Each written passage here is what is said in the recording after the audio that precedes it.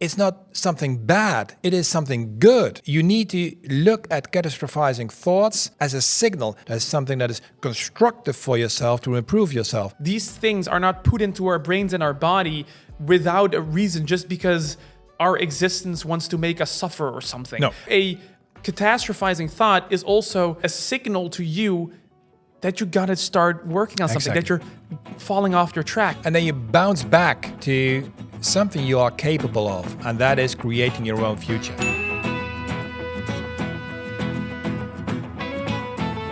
This is episode 7 of the Unlimited Potential podcast with Rowen and Gerard Dekkers, and this is episode 7 about catastrophizing pain. Yes, good morning. Good morning, afternoon, evening, wherever you are, whichever time zone you are when you're listening to this. If you're watching this on YouTube, enjoy this wonderful view with us, because today I just looked at the camera as well. The blue sky in the background is so beautifully visible through the big windows. It is something that we struggle with a lot, because we want to get the shots right, and it's hard to work with this lighting to get it right. But I think for the people on YouTube, I hope you guys are appreciating the view that you get every week in these videos, and we try to make it better and better, but we want to keep this for you guys. So if you're not watching on YouTube, go check it out on YouTube. You'll see what we're talking about. But today, we're talking about a subject that you brought up last week. Yes, it's about, I'm going to try to not break my tongue over this word, catastrophizing. So, catastrophic thinking. That's, catastrophic thinking, yeah. Yeah, that's, so in my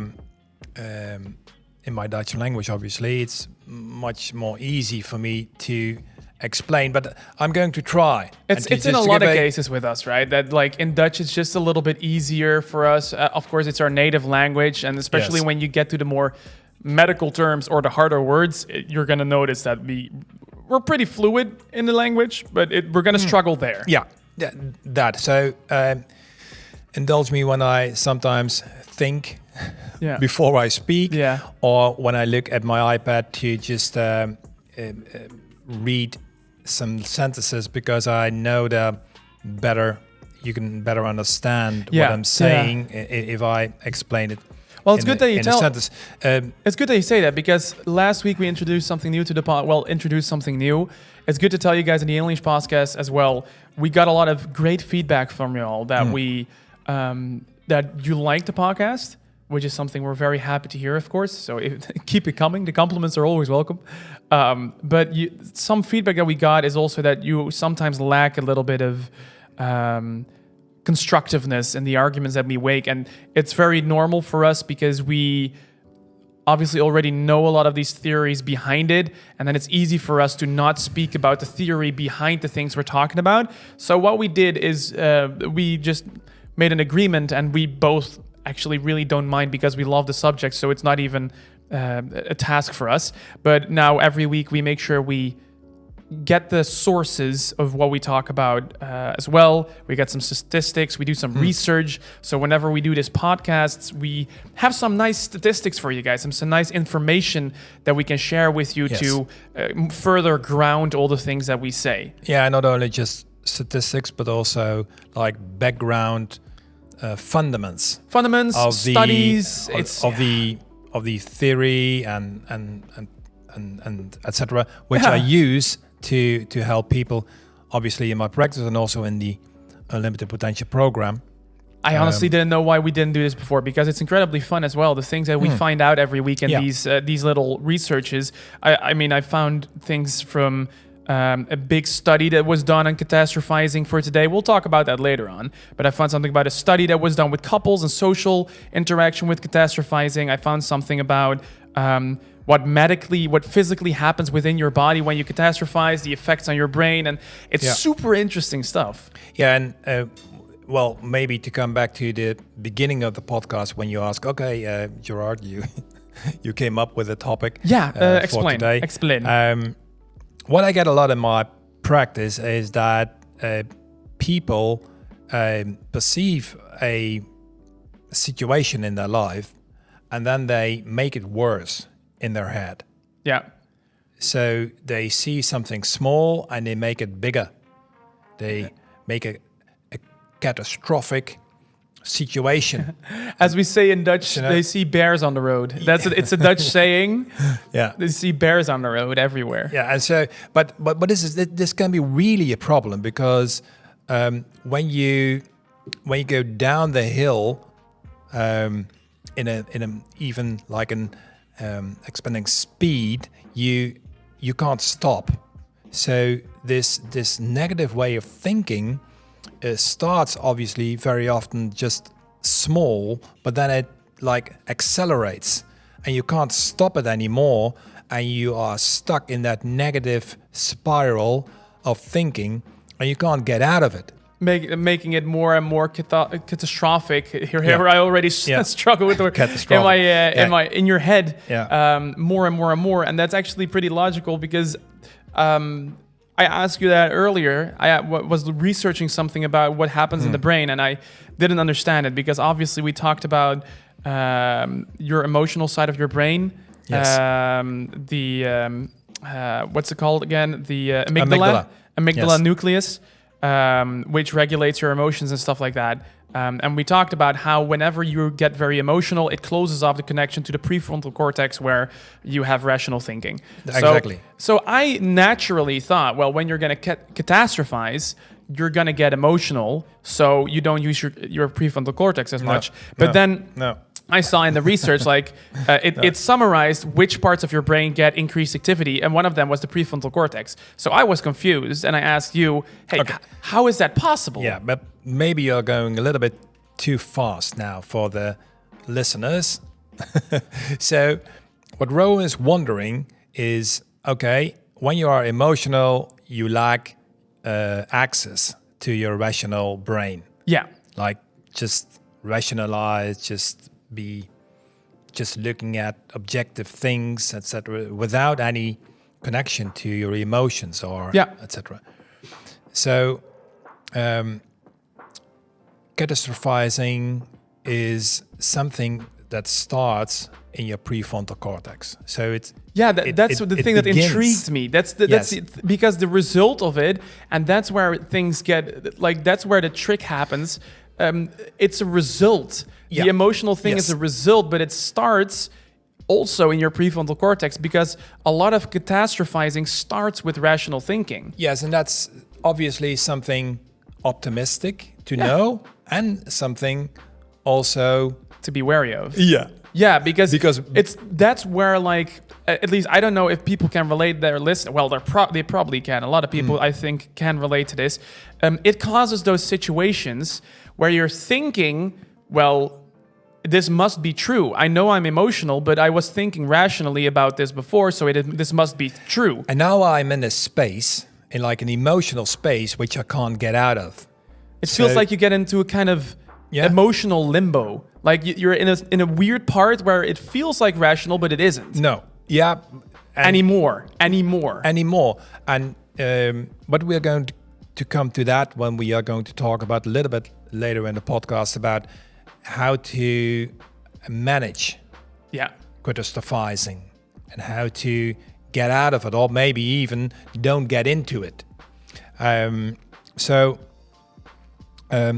what we do, we have a small thing in our mind which makes a specific situation negative, and then we roll over every thought and makes it a negative spiral, so that we see the future in a negative reality.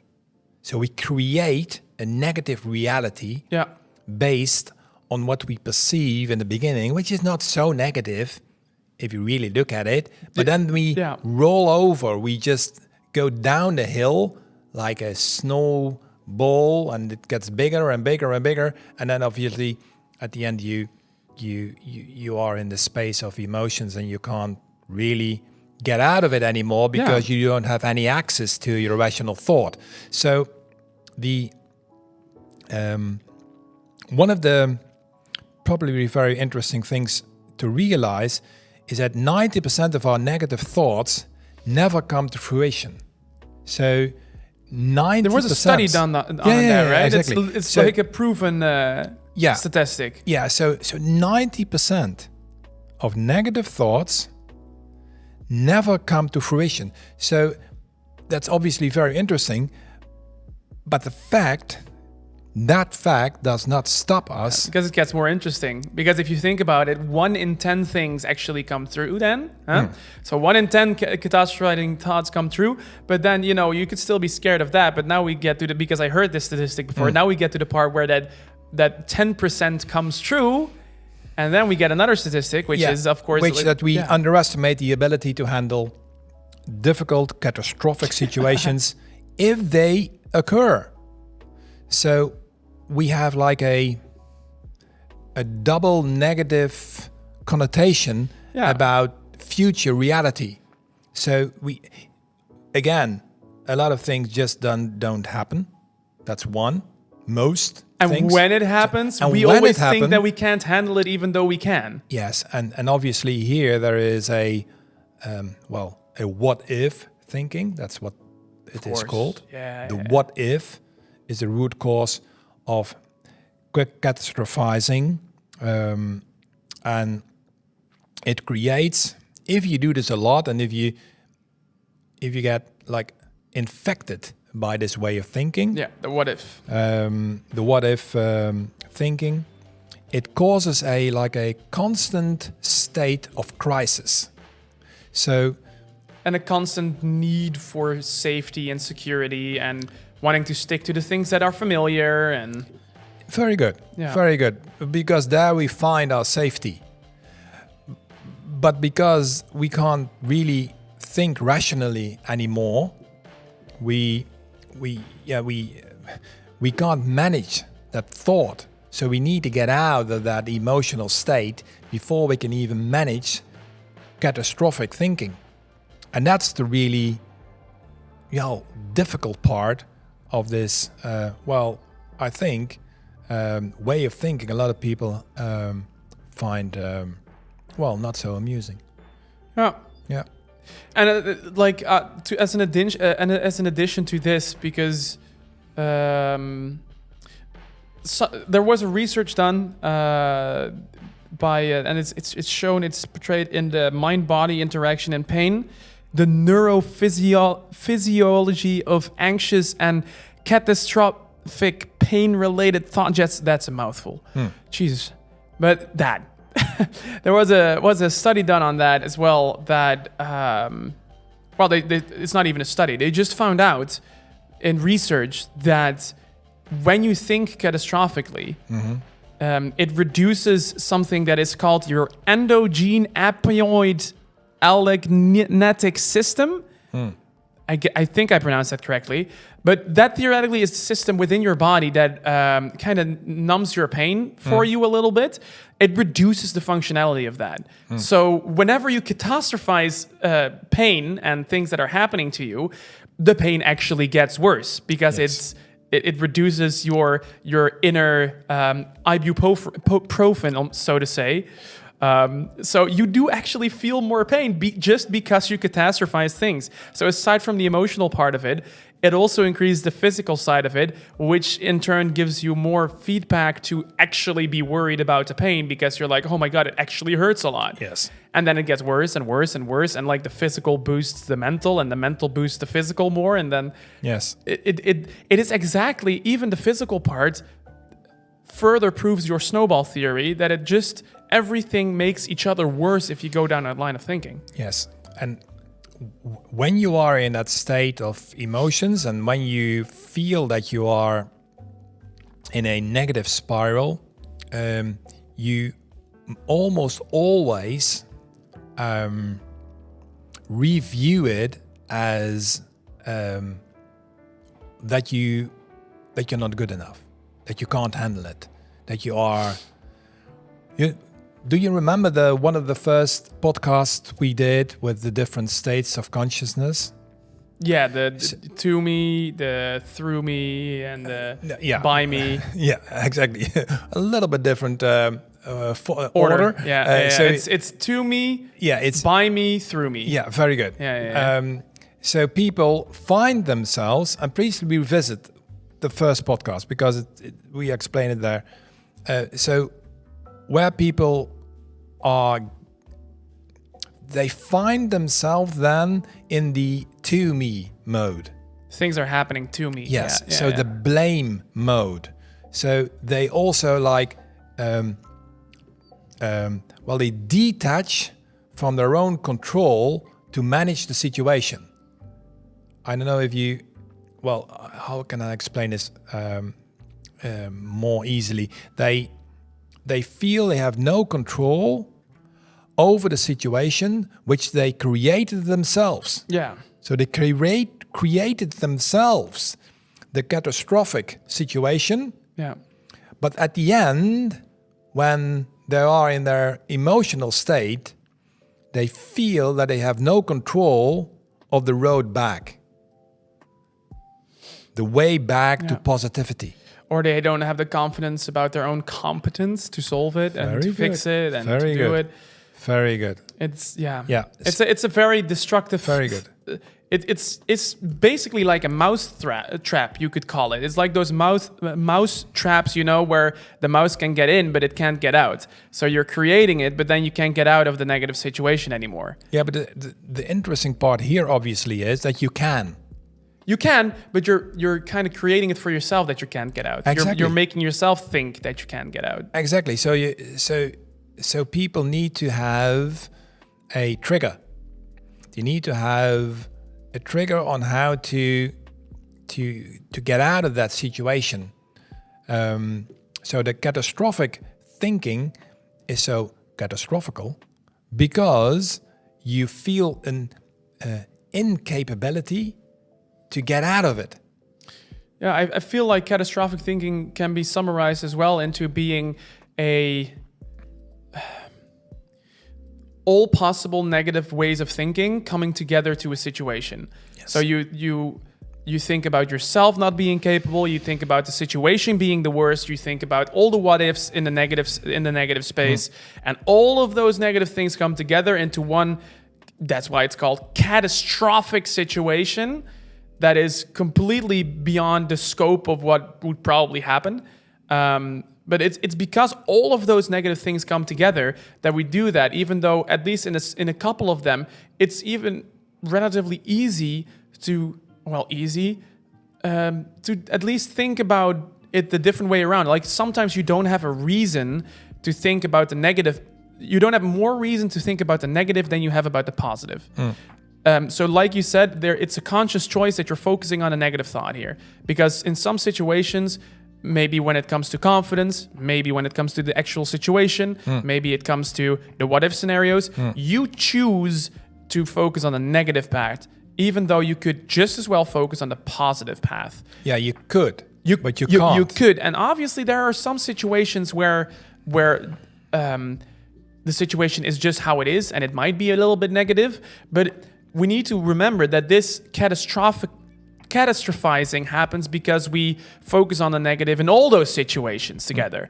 So yes, maybe one of those aspects is a bit negative, but because we let all the other things also go there, even though we still have a choice in those parts, that's where it catastrophizes. Not only because that singular thing is negative. That's true. And when this happens very often in your life, so very often, very frequent, obviously, sometimes also something good happens. Yeah. And the crazy thing is that if you are in that mindset of catastrophizing, and every time again you do that, and then even though you are in that mindset, something good happens, they still tend to have an impending sense of doom. So, oh, no, people like me don't have these positive things in their lives. So even when something good happens, they say, okay, no, this can't be real. So then they again diminish the worth of something positive in their lives. It can feel very disgrateful for the people around those people. Like it happens, I've seen it happen, like because they kind of diminish the positive thing they get, if that positive thing comes from someone in their close proximity, for example, it can feel very negative also for the people that gives the positivity.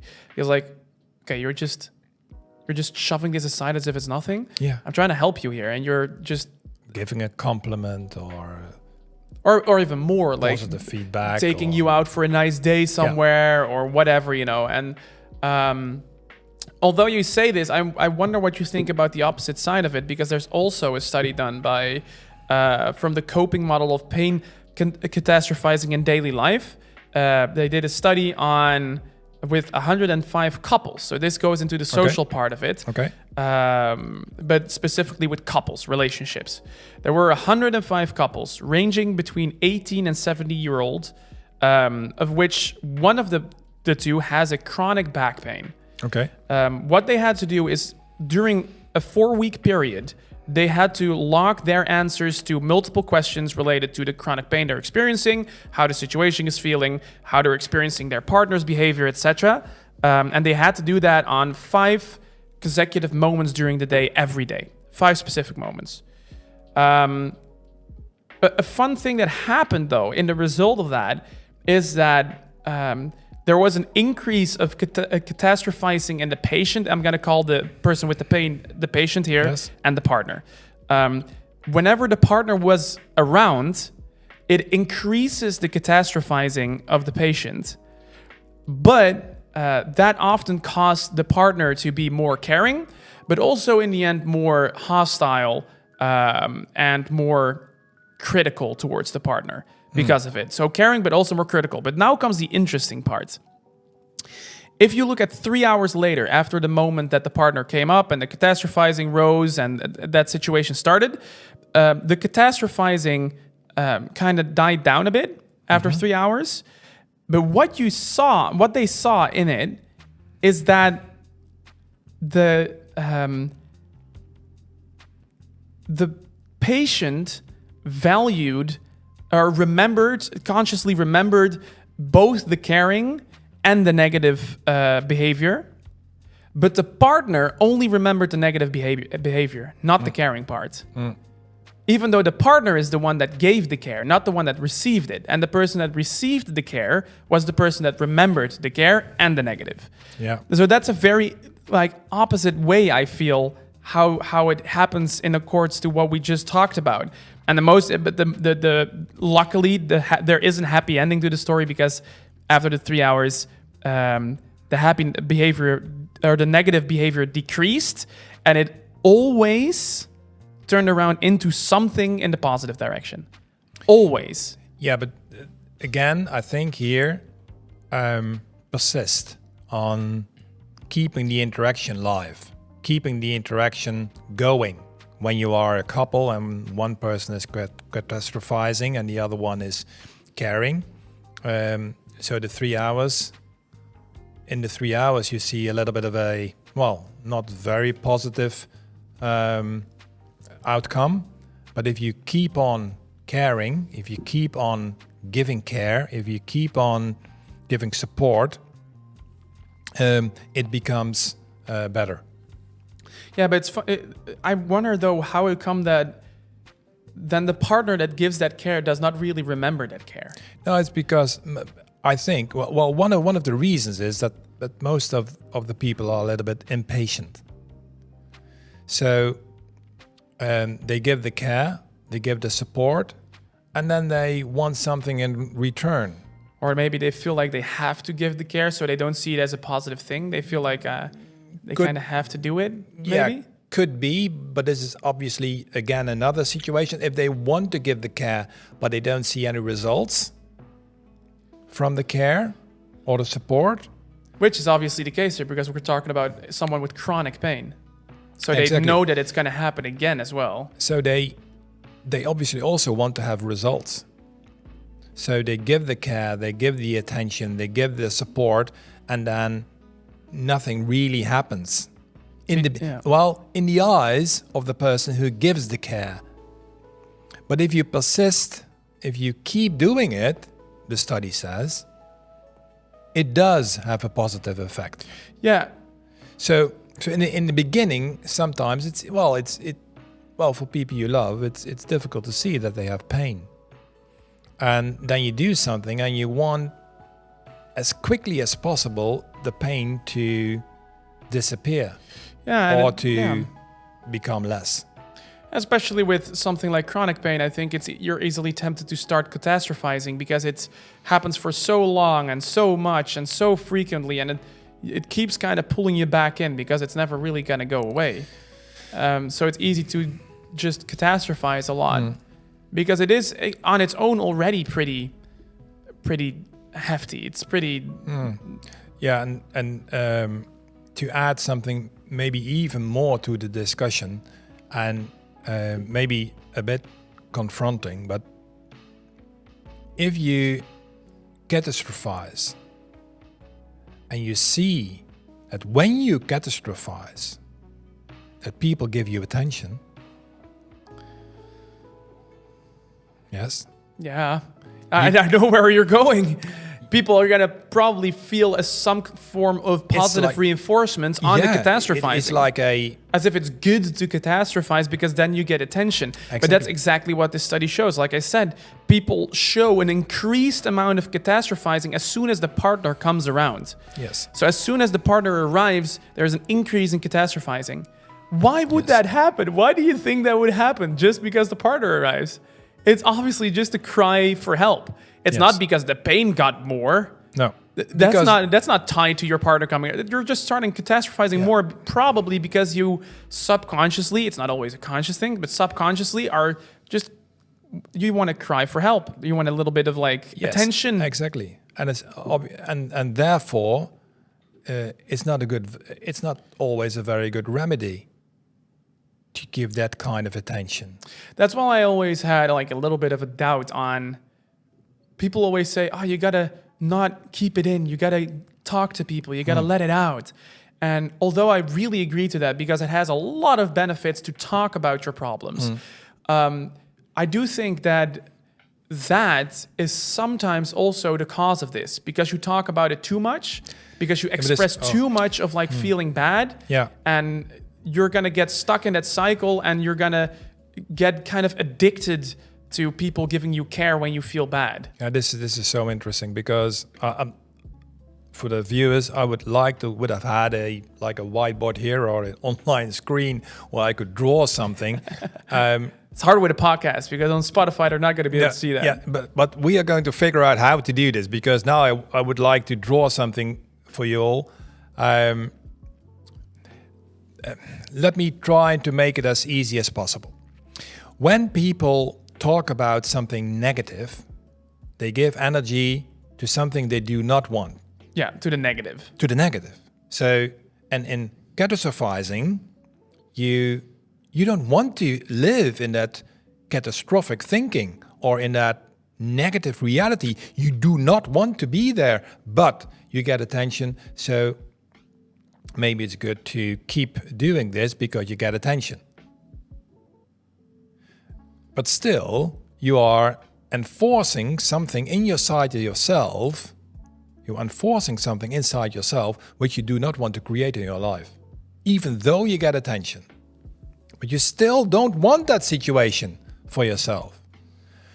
And the people say, okay, Gerard, why shouldn't I then express myself? Your example. Yeah. You should. But you should not see it as something, as a goal to enhance. You should just see that expression of that, problem you have as a limiting belief. So it is like step 2 in our methodology. You can have that awareness of that negative situation in your mind, of that negative thought, but not as something to enhance, but something as a signal, as a trigger. To start thinking about what you do want. Exactly. Yeah, it's exactly. It's like I once heard you turn it around. I heard I think it was like an inspirational speaker kind of person say a very short quote about that once, and it was a very good one. It's basic, there are definitely more details behind it, but it's super simple. He said, someone can come to me for a shoulder to cry on once, but next time you will have to come with an answer or with a solution, he said. Yes. And that's a very good, I think, rule to keep yourself to. It's okay to need a shoulder to cry on. That's not a bad thing. And obviously, sometimes you do need to just let it out, and you do need to just cry, and you do just want to process your emotions. But try to restrain it to a moment where you do that. And next time, we're going to try to work towards a solution. We're going to focus on where we do want to go. We're going to focus on what is good for us and where we're going to improve and where we're going to do it. So I think, indeed, there is a good balance. Yes, you should always talk about it, but think clearly about what your intention is behind the conversation you're going to have. Yeah. You do it once to maybe express your emotions. Second time, you're going to be focusing on where you want to go. No, where your goal's going to be. Yeah. Or maybe you already do that in the first conversation, but just restrain yourself that you're not going to keep only doing that first one.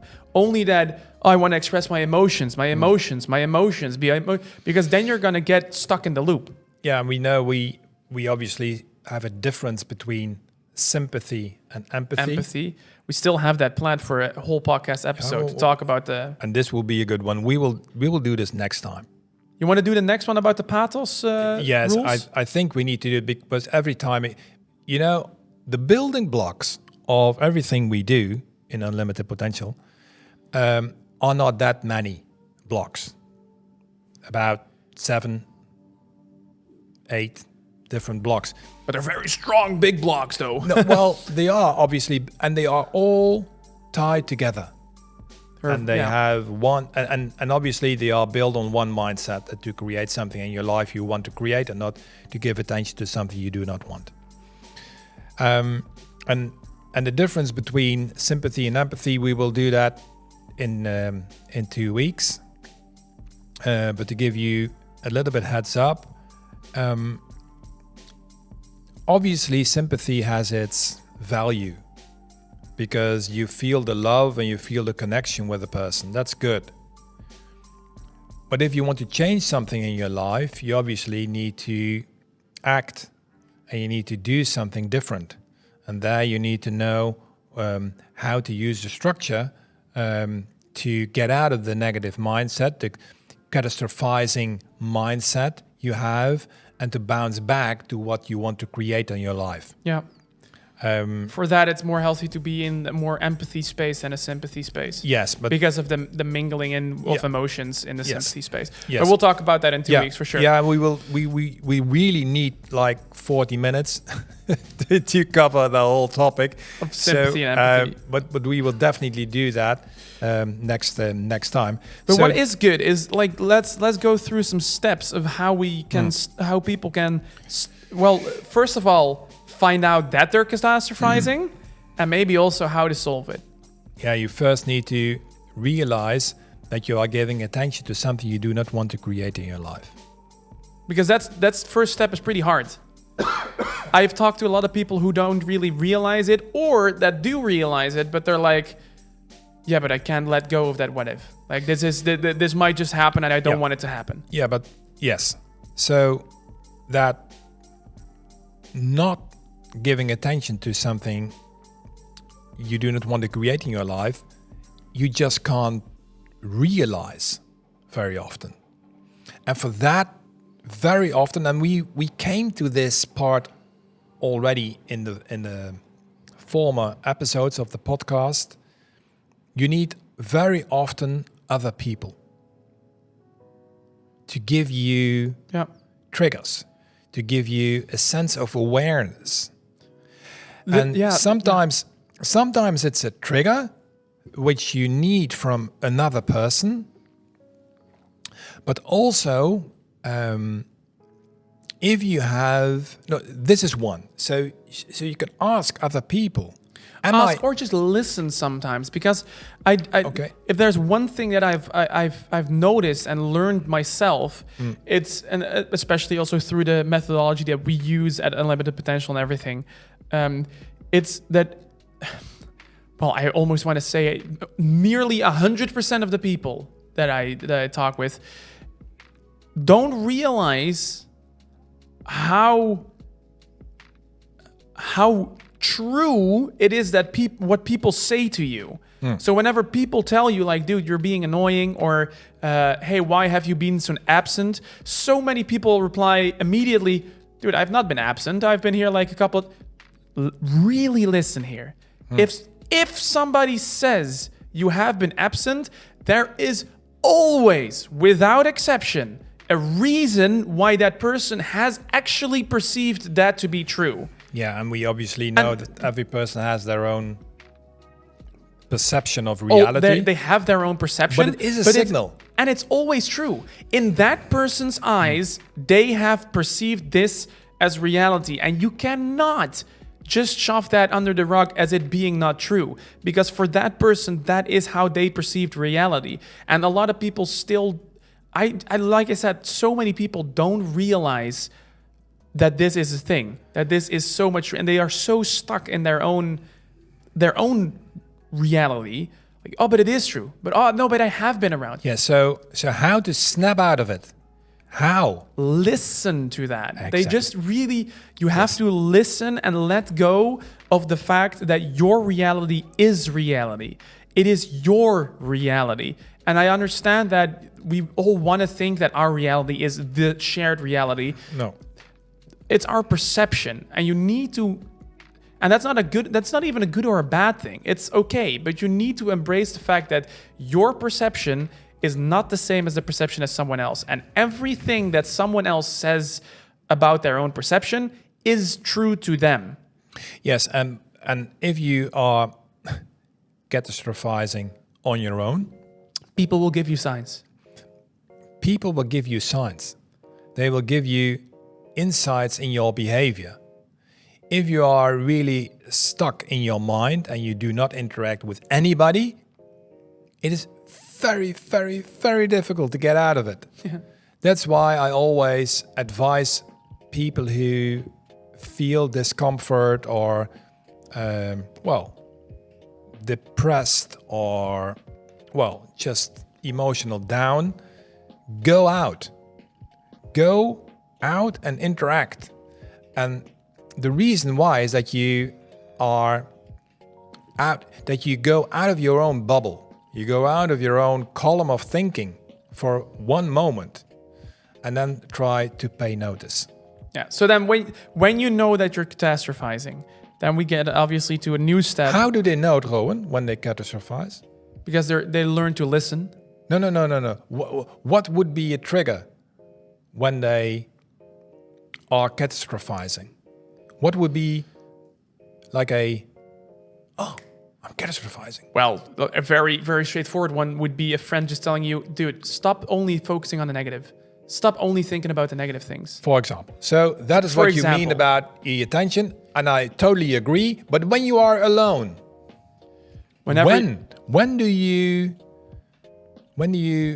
realize I think that you are catastrophizing? Simply the feeling that you're feeling incredibly down is already a signal on its own that you're catastrophizing. Because if you had something good you were focusing on, there was still a little bit of hope somewhere. Exactly. So if you don't have hope, then clearly you are catastrophizing. Yes. Because there is always something positive. And if you are in the blame mode, you are catastrophizing.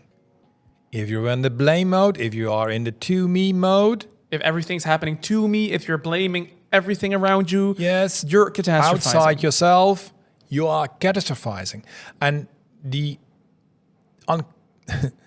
you're another fun example, if you're sick and you feel like you always get sick a lot and pain always hits you way harder than anybody else, and you experience the pain longer than anybody else, and your pain is always worse.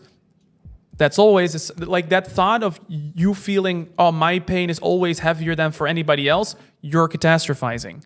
Absolutely. There is a very, very insanely high chance that you're catastrophizing, and it's not a medical condition. Otherwise, just go to the doctor, get proof that you're not catastrophizing. If they can't give you proof, you're catastrophizing. Yes, and exactly.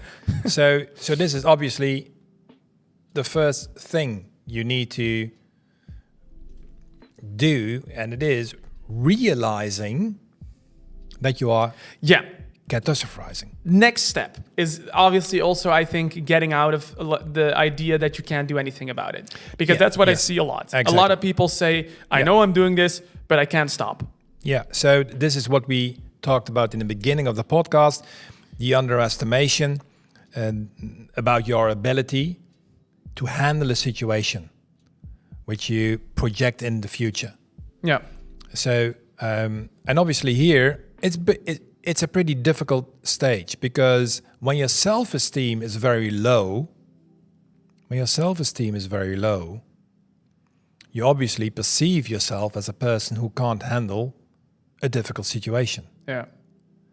So here it becomes sometimes very difficult for people to move ahead to something they want to create in their life, because they feel that they do not have the control or the ability to give energy to that, what they want to create in their life. Yeah. Even though in some situations it's literally a matter of giving attention to some things. Like, it's not even about capability to solve something. Sometimes it's literally, you have the choice. Are you going to focus on the positive or on the negative? The negative is not really, you don't know. Like, in some situations, we always catastrophize of things maybe happening.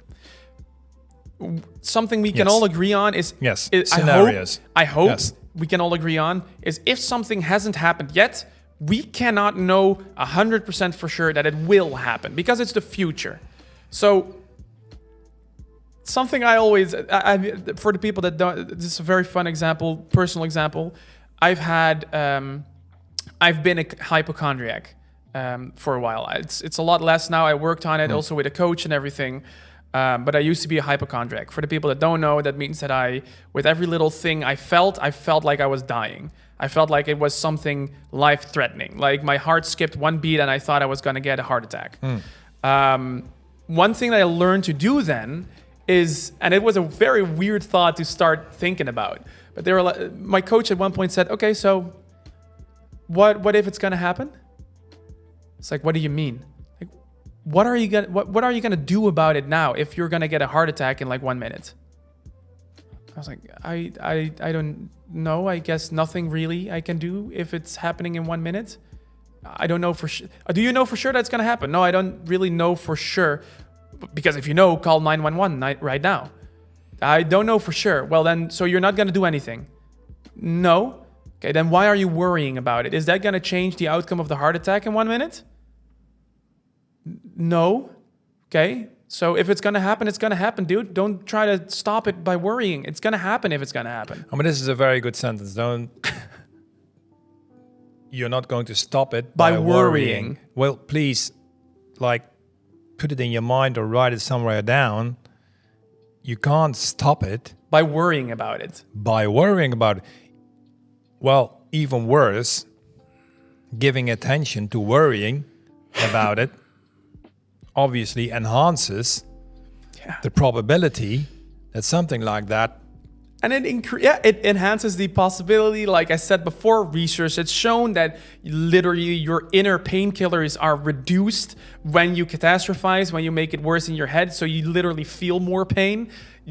Obviously, there is the whole impact of stress. If you have mental stress, it's going to impact your body as well. And even, I forgot to tell that when I talked about that research, not only your inner painkillers work less, but also physical painkillers that you take, like antibiotics and painkillers, that good. Have a less good functionality when you are catastrophizing. So even the functionality of that is decreased. Yeah, and this is so unbelievable interesting, because it's the mind over body discussion we have here, or the situation. And so to all the people that say, I have it worse, you do have it worse, because you're making it worse for yourself. Yeah, so just getting out of that spiral of negative thinking, you do this by sharing. Yeah. So we need to get to some actionable tips. Yes. Let's go. So step 2, so that people sharing. So people give you feedback. Yes. Once you know once you are aware that you're catastrophizing, it's also still important to start sharing. Yes. But in the way that we talked before. So make it constructive. You can share your emotions once, but make sure that afterwards you're also going to focus not on the negative No. things, not on the pain, but after you've expressed your emotions, you've cried on the shoulder, you've done your thing, tell yourself to stop, cut the crap, so to say. It's done now. The crying is done. Now we're going to focus on a solution, on where Yes. we want to go. Yes, but before you do that, you label the catastrophizing process as a signal for yourself to improve yourself. So you label Yeah. the catastrophizing Good one, yeah. process as a signal for yourself to improve yourself. So Learn- it's yeah, not yeah. it's not something bad. It is something good that had happened to you. You need to look at catastrophizing thoughts As a something signal. as a signal, as something that is good, as something that is constructive for yourself to improve yourself. So We need to so be then aware you- that we have everything that happens within our brains has a reason. Stress signals have a reason why we have them. It's not in the core of our essence as a human being or as a species. These things are not put into our brains and our body without a reason, just because our existence wants to make us suffer or something. No. They're there as No. clear survival instincts and signals to our Yes. body that we need to do something. Yes. So a catastrophizing thought is also a signal to you that you gotta start working on something, that you're falling off your track, that you and gotta then- get back on. Yeah, and then you like you. Could you do the light this time, by the way? Yes, sorry, Fred. And then you wait for a moment. Yeah. And then you bounce back. You bounce back to something you are capable of, and that is creating your own future. Yeah, And obviously, before you also created your own future by making it negative. But now you bounce back and you again use that force to create your own future, but then for something you want to create in your life. yeah. Even at this point, you even want to be grateful for the fact that you're getting these signals, that you're getting this signal of catastrophizing and of stress. You want to be grateful for those signals because they're gonna help you out. They're gonna help you realize that you have to do it. Also for the people, sorry that I asked Gerard to get the lights on. We have a motion sensor that just doesn't reach our podcast studio here, and I can't stand up right now because I have some back issues. So normally I quickly stand up, but No worries. So there we are. There we are then in a situation where you are going to give energy to something you want to create in your life. And this again also enhances your perception of self-esteem, of the perception of your own self-esteem, that you can have control over your own future. So then the power is being pulled out of the catastrophizing thoughts because you don't need that anymore. You don't need the catastrophizing thoughts, for example, to get attention, but because also when you create something in your life that's very good, you will probably also get attention, and even positive attention. I remember it's also, even if you're, I don't know if you guys are into meditation, but if you are, if you're not, then this is still interesting for you, but I'm gonna think that you're not gonna give this a try. Hopefully you do, it's very helpful. But a way of meditation is even to, when you're dealing with a lot of negative thoughts and pains, a way of meditation technique is to actually sit down, watch your breathing as per usual with meditation, and what you think about in your brain is only when you breathe in, you collect all the pain and all the things, the negative things that you feel, you collect them within your center of your body, and when you breathe out, the thought behind it is you breathe out those things and give them back to the universe. Exactly. You're not pushing them away. You're not saying this is bad. You're saying, I've got the signal. I got what I needed. I know it. I don't need it anymore. It's back to the universe. Somebody else can use this. This is And such a powerful meditation. It sounds like, I realize how this sounds. Like, don't get me wrong. I realize how this sounds. But it works. Not only, even if you're not spiritual, it's a good way for yourself to process these things were signals, not bad things happening. Exactly. These are signals, and I've realized the signals, I've processed the signals, I am aware that I'm going to deal with this, so I don't need the signal anymore now. Yeah, so just as a reading tip, there's a Belgian, spiritual woman. She unfortunately died a couple of years ago, Christiane Beerland.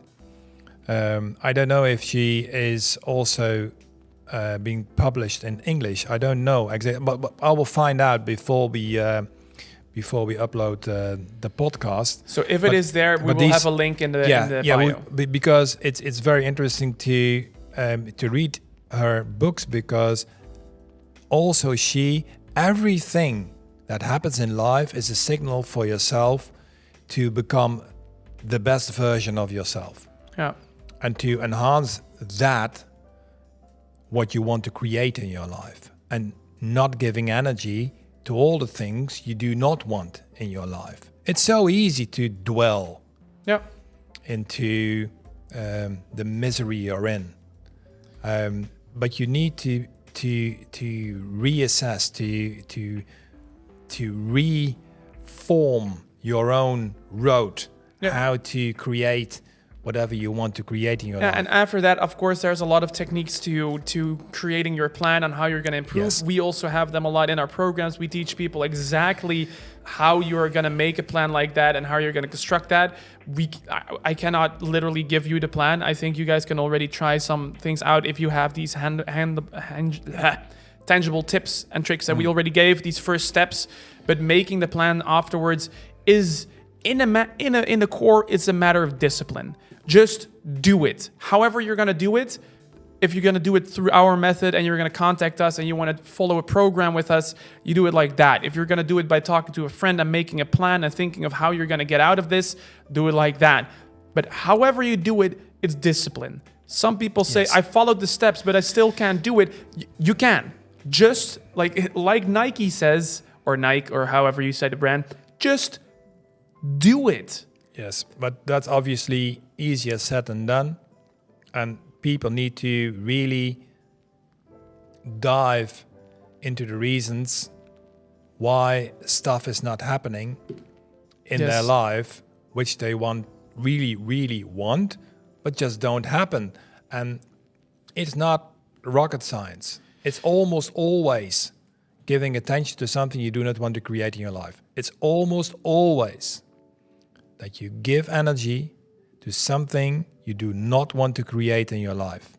Yeah. And even though you think that there are external reasons why these things are happening in your life, still the way how you process these situations and how you handle these situations are your own decision. Yeah. So we have step 1. Find out if you're catastrophizing. You've learned that. Find it out. If you, again, listen back if you want to kind of get some examples from us, how you do that. Step 1, find out if you're catastrophizing. Step 2, if you realize that you're catastrophizing, start to kind of look inwards why you're catastrophizing, what it is, what the signal is saying. Realize that it's a signal. Send it back into your own brain as, okay, this is a signal. Label it as a signal for yourself.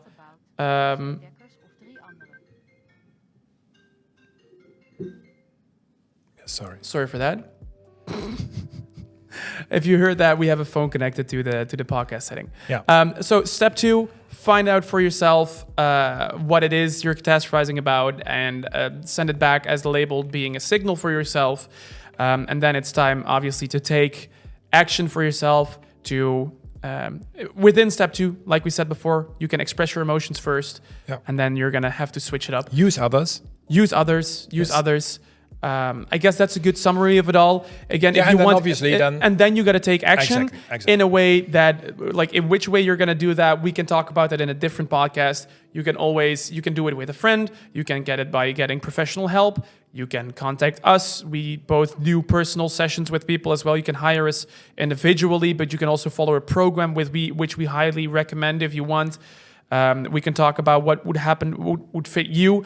A lot of options are possible for you. A lot of options. So that's that. That's how you deal with those things. But for now, because I am very curious how you guys are perceiving this. So please, if you can, in our YouTube comments or by sending it to info@unlimitedpotentialprogram.com, let us know, as your exercise for this podcast episode, everybody has catastrophized in a way about something. Yeah. Give us an example where you have been catastrophizing, how you've dealt with it, and how you're going to move forward from this. Yeah, because this is not only just we talking about a situation or a specific topic and wanting to educate people or etc. But it's also about learning from and with each other. So from that mindset, we really also would like to give back what you put in the comments. So and again, it's a good practice. It's a good practice for you to also practice. If you notice I'm catastrophizing, this is your first practice here. Send us how you're going to move forward. What's your goal? Where are you going to go? How are you going to learn from this? This will already be your step to get out of that catastrophizing and start focusing on the positive rather than the negative. Yes. So send it to us. Okay, cool. Take that first step. Do. Yes. Next time, in 2 weeks, we will be talking about the learn of apples. Yes. Empathy, sympathy, antipathy, and apathy. Yes. Very, very interesting theory. I really loved it the first time I learned it from you. That will be in 2 weeks. I hope you all enjoyed this episode about catastrophizing. We definitely did. Yeah, also doing the research about it. Super cool. Thanks. So yeah, that only leaves us to say one more thing. Dare to dream. Dare to dream.